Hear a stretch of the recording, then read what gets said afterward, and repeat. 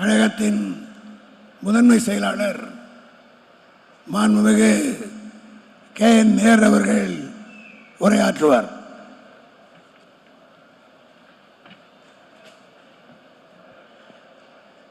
பெரும் மரியாதைக்குரிய கழக தலைவரும் மாண்பு முதலமைச்சர் அவர்களுக்கும் என் வணக்கத்தை தெரிவித்துக்கிறேன்.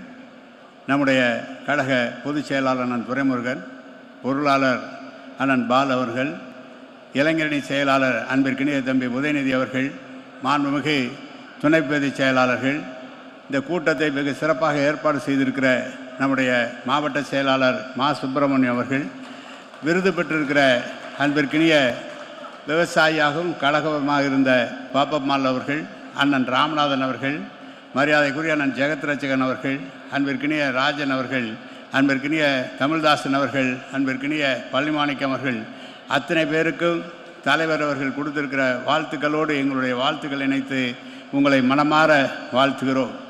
தலைவர் கலைஞராக இருந்தாலும் சரி, தளபதியாக இருந்தாலும் சரி, கழகத்தில் யார் எவ்வளவு விசுவாசமாக பணியாற்றுகிறார்கள், இந்த கழகத்திற்கு உண்மையாக பணியாற்றியிருக்கிறார்கள் என்பதை கண்டறிந்து அவர்களை கௌரவிப்பதிலே தலைவர் கலைஞர் அவர்களைப் போல நம்முடைய தளபதியும் உயர்ந்து நிற்கிறார் என்பதற்கு அடையாளம்தான் இங்கு வந்திருக்கிற விருது பெற்றிருக்கிற சகோதரர்கள்.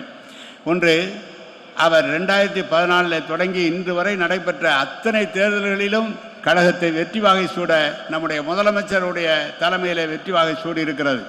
இந்த பவளவிழா ஆண்டு நம்முடைய கலைஞர் அவர்கள் நடத்தியது போல இன்றைக்கு முதலமைச்சராக இருந்த கழகத்தினுடைய பவளவிழா ஆண்டையும் நடத்தியிருக்கிறார்கள்.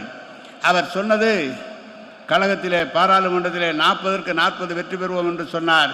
இப்போது நமக்கு இட்டிருக்கிற கட்டளை 200 சட்டமன்ற தொகுதியிலே நாம் வெற்றியாக வேண்டும் என்று சொல்லியிருக்கிறார்கள்.